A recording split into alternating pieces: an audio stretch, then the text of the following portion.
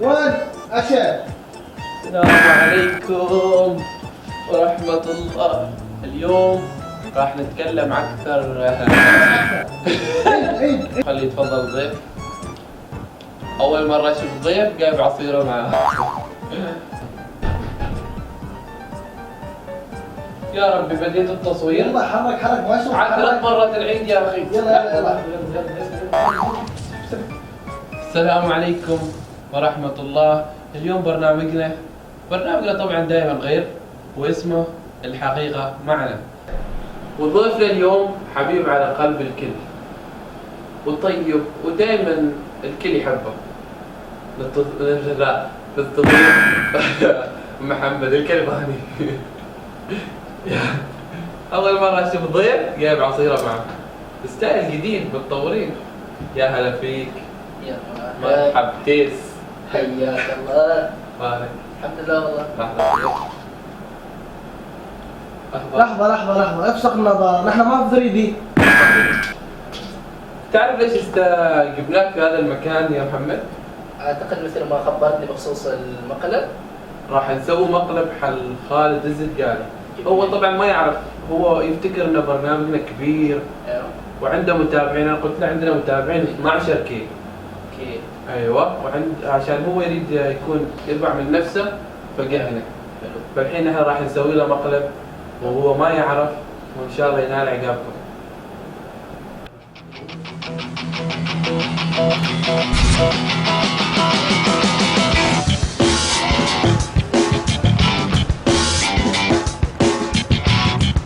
ومثل ما وعدناكم الحين خالد الضيف منور المكان، ودائما هو منور ومعانا بنته اللي تعرف منور. Dingeragan ding dingeragan ding.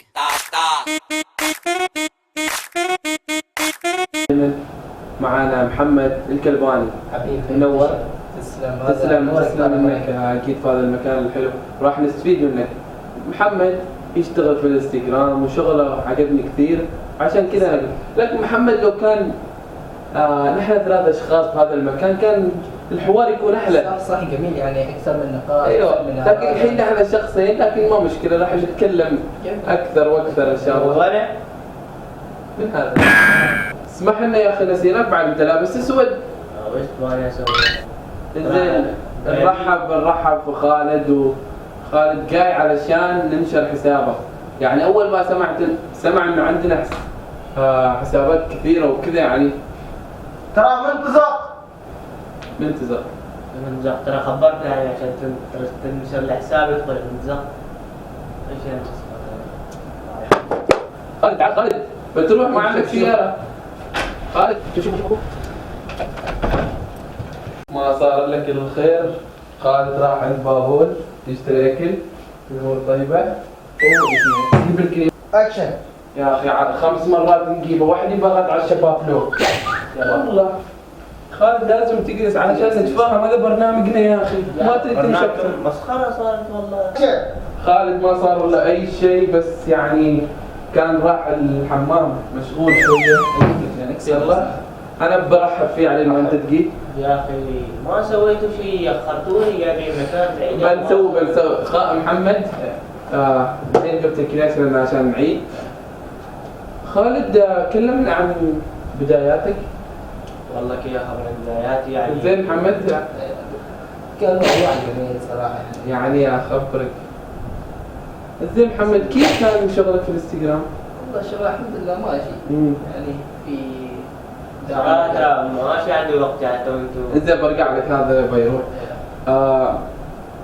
كيف يعني وش تسوي انت وين يعني؟ والله جيت علي ارحب فيكم يعني كذا. زين يعني لا تقاطعني في الكلام صراحه، ما صارت. ما عندي وقت ابغى اروح. عندك عيد ميلاد ولا ايش؟ ايوه عندي. ها؟ مسخره انتم. ما نتمسخر والله، يعني نحن نسولف يعني، انتقل كذا يعني، ما يعني امور طيبه. يعني انت ما تعرفنا الا من الانستغرام، نحن قلناك من الانستغرام يعني. فيعني لا تكون علشان نرجع حسابه بس. علشان ننشر حسابك جاي يعني. ترى عشان نشرح حسابي. منتظر. بعدين بعدين قمتك انها كيكه مع العرس. نمزح. انزين ننتقل للفقره الثانيه. خالد الزدقالي يسال محمد. محمد كيف يعني وصلت على المتابعين وكذا مع شاركية وصلت يعني؟ سؤال جميل بصراحه. والله وصلت 12 كثير. هو الحمد لله ان زاد متابعين اكثر. يعني تنزل اشياء جميله انت تريد، لازم تقلب المتابع. صحيح. كيف تجيب المتابع كيف كذا، لان وثاني شيء نزل شيء يعني المجتمع ما ينتقده، شوف على المجتمع اللي عايش معهم صحيح. كيف انتقاداتهم كيف كذا. وفي الفترة الأخيرة كنا تابعناك نحن، يعني كنت تنزل أشياء حلوة. والحين محمد يسأل خالد. خالد انت حابين ان احنا ننشر حسابك، وقال يوم علشان ننشر حسابك مع الاخ موسى. أيوه. يعني كيف انت وش الاشياء اللي تريد بتنزلها حالهم؟ كيف بتقدمهم؟ يعني وش بتنزل فيديوهات، بتنزل صور، يعني وش الاشياء اللي طامح عليها؟ صراحة سؤالك عجبني، يعني نتمنى إجابة حلوة من الأخ صراحة خالد. بنزل يعني الأفلام والمسرحيات وكذا. كمل.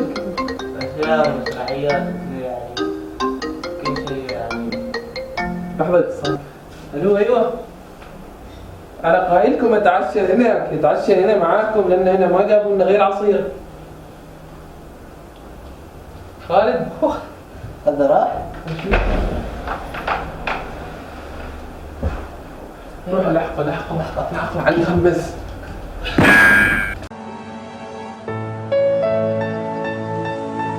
كان هذا مقلب ومن حالة مقلب، هو معانا يمثل وكذا.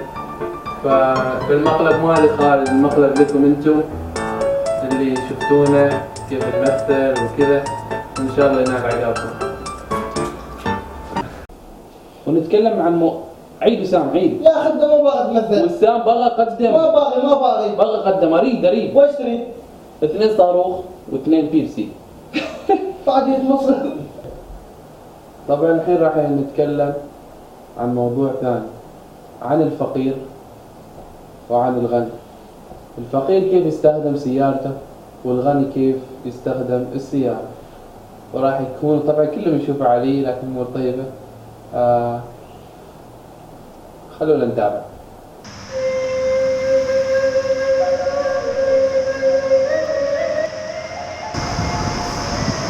صور يا بترد.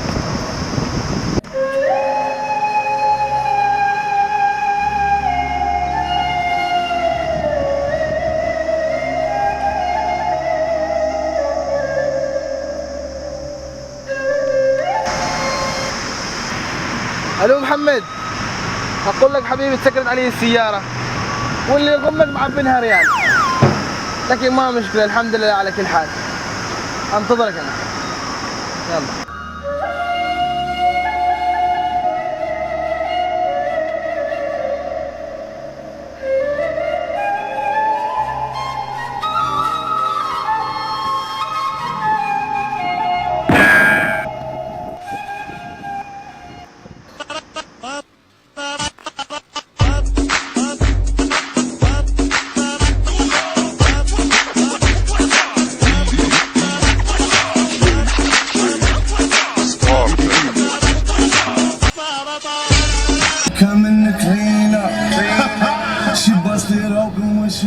والله مليت من السيارة، متى اجيب رنقنا قسم بالله مو ذي الحياة. هذيك يا عقب السيارة. مشي حالك اخوي.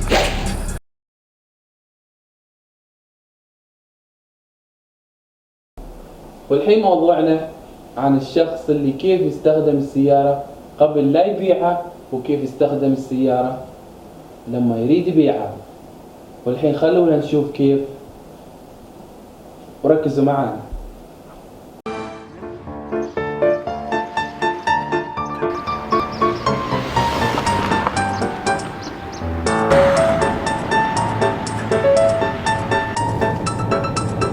وعليكم السلام ورحمة الله. حياك الله بكيف الصحة، ايش علومك؟ حياك. ايوه انا صاحب السيارة. ايوه والله السيارة ما عليها كلام، ضرب سلف وروح. أنا محافظ عليها ونظافة آخر وكل شيء، أمورها طيبة الحمد لله. متى أنت بتجي تشيل يعني السيارة متى؟ بس طيب حاول أنت تكون يعني بأسرع وقت، لأن صراحة محتاج لهن فلوس، وحاول تعقل يعني.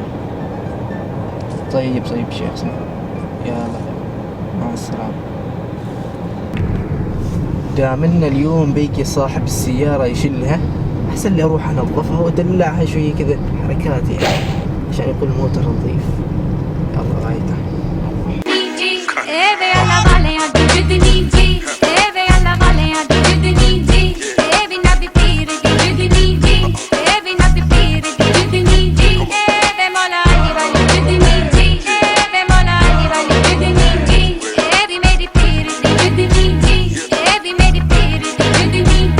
No, she ain't talking big when she go.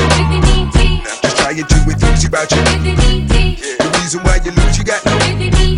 She step into my shoes and feel the hustle me with.